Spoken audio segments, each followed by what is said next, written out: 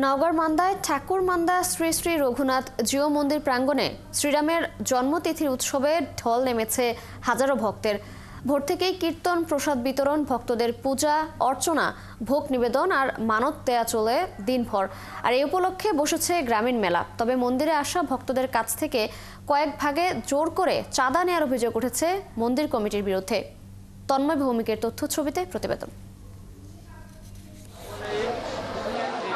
শ্রীরামের জন্মতিথির উৎসবে নওগাঁর মান্দা উপজেলার ঐতিহ্যবাহী ঠাকুরমান্দার রঘুনাথ জিউ মন্দির প্রাঙ্গণে ঢল নেমেছে হাজারো ভক্তের।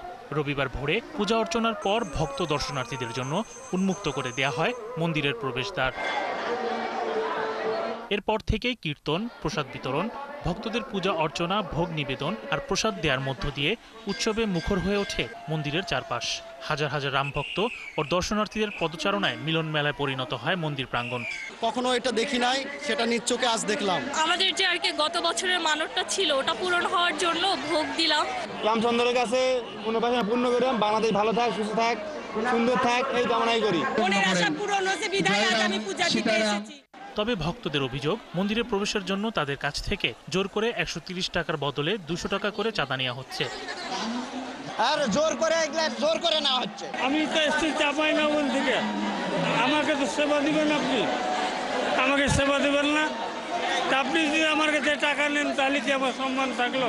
ধর্ম এগুলো ধন্যবাদ। অভিযোগ অস্বীকার করে মন্দির কমিটির নেতারা বলছেন, মন্দিরের উন্নয়নের জন্য বাড়তি টাকা নেওয়া হচ্ছে। এর কোনো জোট সম্পদ নাই, এই বাৎসরিক খরচের জন্য এই ভক্তের টাকা দিয়ে এই মন্দির হচ্ছে এখানে চলে। ভক্তের অনুদানে এই মন্দিরের এই উন্নয়ন।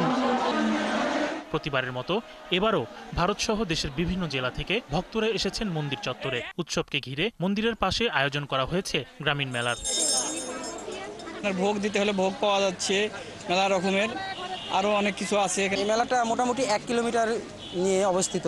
এখানে মেলায় প্রচন্ড ভিড়, প্রচুর লোকজন হয়েছে।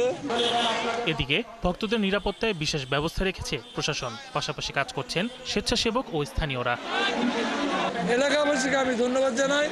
বর্তমান সরকারের প্রশাসনের সর্বস্তরের লোক আমাদেরকে সহায়তা করেছেন এবং এখন পর্যন্ত নির্বিঘ্নে আমাদের উৎসব পালিত হচ্ছে।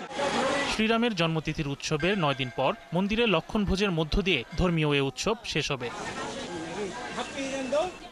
শরীফ আজাদ প্রীতম, ৭১।